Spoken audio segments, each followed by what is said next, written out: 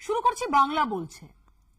5ই August Hasina সরকারের পতনের পর প্রায় 7 মাস কাটতে চলল। অত এই সময়টা জুড়ে আমরা দেখেছি চোখের সামনে একটা দেশ কিভাবে ভীষণ রকমের অচেনা হয়ে গেল, কি নৈরাজ্যের পরিস্থিতি, মানবাধিকারের সামান্য মর্যাদা যেখানে নেই, নারীর অধিকারের সামান্য মর্যাদা যেখানে নেই, একটা নিরপেক্ষ দেশে নিজের বিশ্বাস অনুযায়ী আচার অনুষ্ঠানের অধিকারটুকু যেখানে নেই। আমরা নিজেরাই ভাবতে পারি না যে মাত্র কয়েক মাস আগে যখন কোটা বিরোধী আন্দোলন তাতে জ্বলে উঠেছে বাংলাদেশ, সেই সময় কেউ ভাবতেও পারেননি যে এর নেপথ্যে আসলে মৌলবাদীদের, উগ্রবাদীদের এইরকম একটা প্লট রয়েছে। আর কতদিন, কোন পথে যাচ্ছে বাংলাদেশ, এই প্রশ্নগুলো যখন বারবার আমাদের তাড়া করে ফিরছে, ঠিক সেই সময় দাঁড়িয়ে আজ অত্যন্ত তাৎপর্যপূর্ণভাবে চেতাবানী দিলেন সেনাপ্রধান। তাহলে কি সেনাপ্রধানের এই হুঁশিয়ারি কার্যত শেষ বার্তা যে প্রয়োজনে আবারও অভ্যুত্থানের পথে হাঁটতে পারে সেনাবাহিনী? একই সঙ্গে পরোক্ষে শেখ হাসিনা প্রশাসনের প্রশস্তিও শোনা গেল সেনাপ্রধানের গলায়। এ নিয়ে আমরা আলোচনা করব। আমাদের সঙ্গে যারা উপস্থিত রয়েছেন তাদের সঙ্গেও পরিচয় করাবো। শুরুতে চোখ রাখবো প্রতিবেদনে।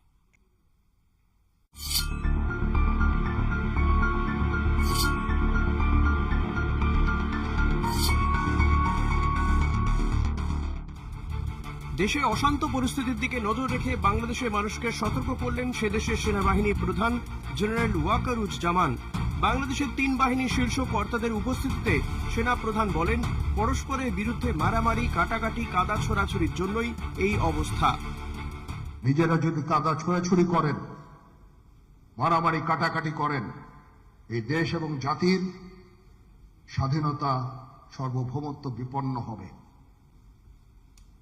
আমি আজকে বলে দিলাম, নাইলে আপনারা বলবেন যে আমি আপনাদের সতর্ক করিনি। কংগ্রেসের পক্ষ থেকে রয়েছেন অভিষেক ব্যানার্জি, রয়েছেন। অভিষেকের কাছে আসবো। অভিষেক, যে বাংলাদেশে আমরা শাহবাগ আন্দোলন দেখেছি এবং শাহবাগ আন্দোলনের মুখ যিনি ছিলেন ইমরান এইচ সরকার, যার 5ই অগস্টের পর থেকে তিনি কোথায় রয়েছেন তারই কোনো হদিশ ছিল না, সেই ইমরান এইচ সরকার তিনি কলকাতা টিভিকে গত সপ্তাহে একটা এক্সক্লুসিভ সাক্ষাৎকার দেন এবং সেখানে তিনি, তাকেও যদি দেখতে হয়, তিনি দেশে ফিরতে পারছেন না।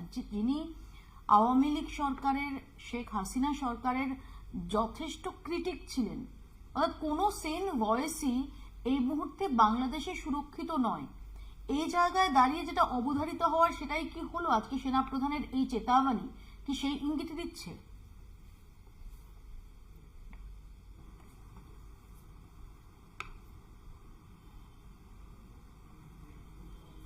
আওয়াজ সুরক্ষিত নয় তা নয়, বাংলাদেশ সরকারও সুরক্ষিত নয়। আজকে আমি ওমপ্রকাশ স্যার আছেন, ওমপ্রকাশ স্যার আমার ব্যক্তিগত স্তরে অত্যন্ত শ্রদ্ধেয় একজন মানুষ। ওমপ্রকাশ স্যারের একটা বক্তব্যের সঙ্গে আমি একটু সামান্য দ্বিমত পোষণ করব। সেটা হচ্ছে যে 1982 সালের মোহাম্মদ এরশাদ যখন ওই রক্তহীন অভ্যুত্থানের মাধ্যমে মার্শাল ল লাগু করে সরকারে এসেছিল, ঠিক তার অব্যবহিত আগে আব্দুল সাত্তার, যিনি অন্তর্বর্তীকালীন সরকারের প্রধান হয়েছিল জিয়াউর রহমান মারা যাওয়ার পর, একই রকম সমালোচনা শোনা গেছিল যে এখনকার সরকার, এবং তো আমার কথা বিশ্বাস করতে হবে না, এটা পাবলিক ডোমেনে অ্যাভেলেবেল, একই সমালোচনার সুর ছিল যে আপনারা খেয়েই করছেন, আপনারা সরকার চালাতে পারছেন না। এবং তারপরে আমরা দেখেছিলাম মার্শাল ল এবং অভ্যুত্থান। এবং দুর্ভাগ্যটা কি জানো তো, যে কোনো সামরিক সরকার গঠনের আগে সমালোচনাটা এরকমই হয়। পারভেজ মুশাররফ ঠিক একই রকম ভাষা দিয়ে নওয়াজ শরীফকে সরিয়ে সরকারে এসেছিল।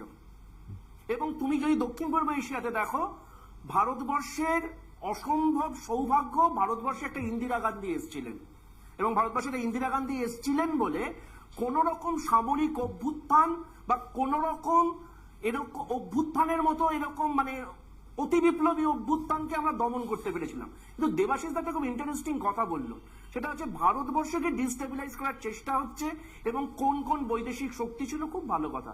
সেই বৈদেশিক শক্তি, যে বৈদেশিক শক্তিকে উনি ইঙ্গিত করলেন, সেই বৈদেশিক শক্তির এড ভারতবর্ষের ভোট বাড়াবার জন্য পাওয়া যাচ্ছে, গত 10 বছরে পাওয়া গেছে। তার সম্বন্ধে কোনো সমালোচনা শুনতে পাইনি। একটা খুব অত্যন্ত বেসিক প্রশ্ন ওমপ্রকাশ স্যার আছেন, আমার ভুল হলে উনি ধরিয়ে দেবেন। অন্তর্বর্তী সরকারের সঙ্গে আলোচনা করার কোনো বাধ্যতা কোনো সরকারের থাকে না। ইউনিস সরকার একটা অন্তর্বর্তী সরকার, তাকে স্বীকৃতি দেওয়ার কোনো দায় ভারতবর্ষের ছিল না। তুমি একই সঙ্গে শেখ হাসিনাকেও আশ্রয় দিচ্ছ, আবার অন্তর্বর্তী সরকারের সঙ্গে বৈদেশিক মন্ত্রী বা বৈদেশিক সচিব স্তরে আলোচনা করছো, দুটো তো হতে পারে না। আফগানিস্তানে যখন প্রথমবার তালিবান অভ্যুত্থান হয়েছিল 2002 সালে, তখন আমাদের সরকার ছিল না, অটল বিহারী বাজপেয়ীর সরকার ছিল, 1-2 বছরের অন্তর্বর্তীকালীন সরকার ছিল। অটল বিহারী বাজপেয়ীর সরকার কিন্তু অন্তর্বর্তীকালীন সরকারকে স্বীকৃতি দেয়নি। আমার কথা বিশ্বাস করতে হবে না, অলরেডি আছে পাবলিক ডোমেনে। আমি এটা বুঝতে পারছি না নরেন্দ্র মোদী চাইছেনটা কি। উনি কি ইউনিস সরকারকে স্বীকৃতি দিচ্ছেন কারণ ওনার যারা শিল্পপতি বন্ধুরা আছে তাদের টাকা আটকে আছে বলে, নাকি একই সঙ্গে আমি শেখ হাসিনাকে আশ্রয়ও দেবো, অন্তর্বর্তীকালীন সরকারকে স্বীকৃতিও দেবো? কি হচ্ছে? বাংলাদেশকে ভারতীয় সরকার কোন দৃষ্টিভঙ্গিতে দেখছে? অভিষেক তার যে যে পয়েন্টগুলো করেছে তার সঙ্গে আমি একমত। অভিষেক,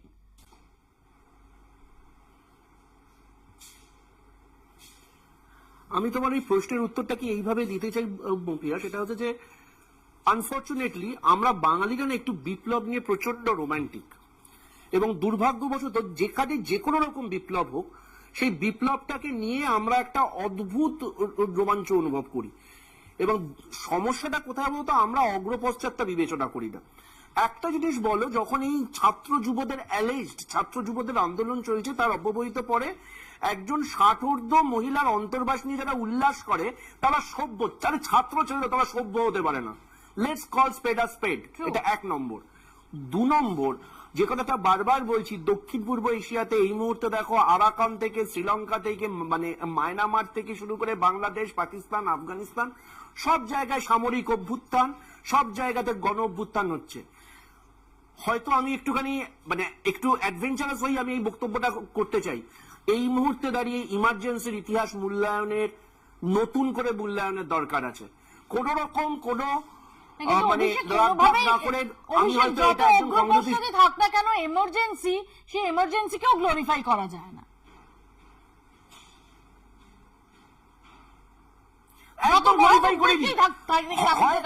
আমি বোঝাতে পারিনি, আমি আবার বলছি, না, এক সেকেন্ড, ইমার্জেন্সিকে গ্লোরিফাই করেনি, কিন্তু ইমার্জেন্সিকে বাস্তবসম্মত বলছি। এবং আবার বলছি, না হলে হয়তো আমাদের এখান থেকে একজন রাজপ্রধানকে আবার বিপ্লবের রোমান্টিকতা করতে হতো, তাকে হয়তো অন্য দেশে আশ্রয় নিতে হতো। আমার বরঞ্চ এখানে এই মুহূর্তে আলোচনার প্রয়োজন, অন্তর্বর্তীকালীন সরকারের সঙ্গে আমার আলোচনার দরকারটা কেন পড়লো, তাকে স্বীকৃতি দেওয়ার দরকারটা কি পড়ছে। Let's call spade a spade. সেই সময় দাঁড়িয়ে আইন হাতে তোলার দেশ বদল এবং দিন বদলের নামে যে যে জিনিসগুলো ঘটানো হয়েছিল, তুমি ফ্রেম টু ফ্রেম কপি করো। তুমি আজকে সমালোচনা করছো,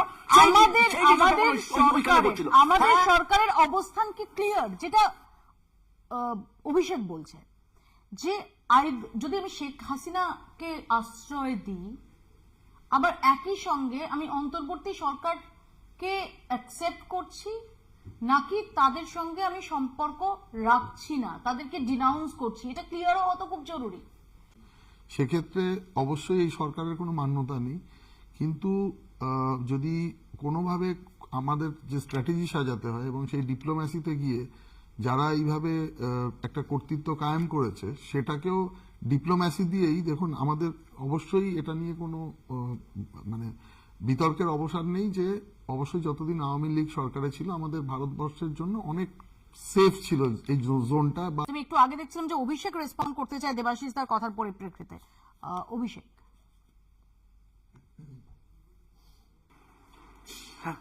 হ্যাঁ, দেখো, দেবাশিস বাবুর একটা প্রথমত আমি প্রতিদ্বন্দ্বী বাবুর সঙ্গে 100% সহমত। ঠিক যেভাবে মার্শাল ল বিভিন্ন জায়গায় অতীতে হয়েছে এবং আর ঠিক যে কথাটা আমি একটু আগে বললাম, আনুপূর্বিক ঘটনা বিচার করলে এবারেও সেরকম ব্যতিক্রম হওয়ার অন্তত আমি কোনো সম্ভাবনা দেখছি না।